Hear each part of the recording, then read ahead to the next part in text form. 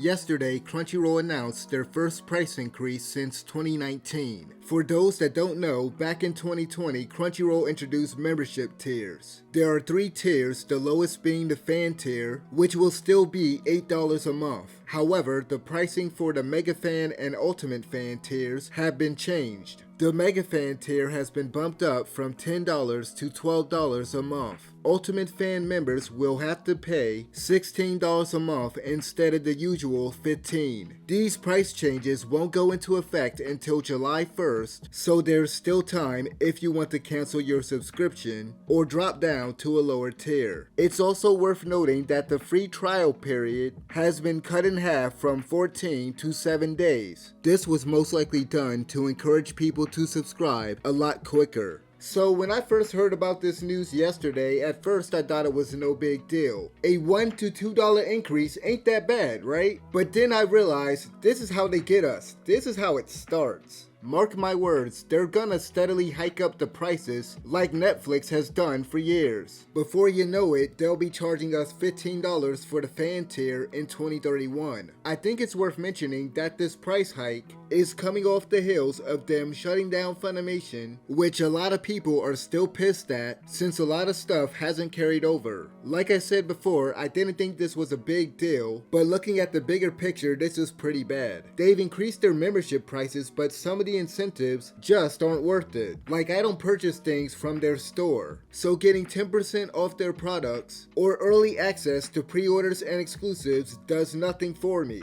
One of the reasons for this price increase is that they've given us additional services like games and music. I think it's safe to say that the large majority of Crunchyroll's subscriber base doesn't care about the game vault or listening to Japanese music. If I wanted to listen to a Japanese artist, I would just go on YouTube or Spotify. And I can say the same thing about the games. Most people probably don't care about the Crunchyroll game vault. To many people, these are just useless perks. It would be nice if they made it optional for the people that don't want it and brought back their manga section that they got rid of not too long ago. Maybe expand further and include access to some light novels. In any case, their biggest justification for the price increase is that the company has given us way more content over the years, touting the fact that the service now has over 45,000 episodes across 1,400 series and films. The post on their website highlights the fact that Crunchyroll has doubled their typical seasonal output for this spring, which has over 50 simulcast shows. While it's obviously great that we're getting more content, it feels like we've been getting less English dubs per season ever since that merger happened. I'd honestly be alright with this if this led to more English dubs being produced. That aside, it's still baffling to me why there's still no option to pay annually at a reduced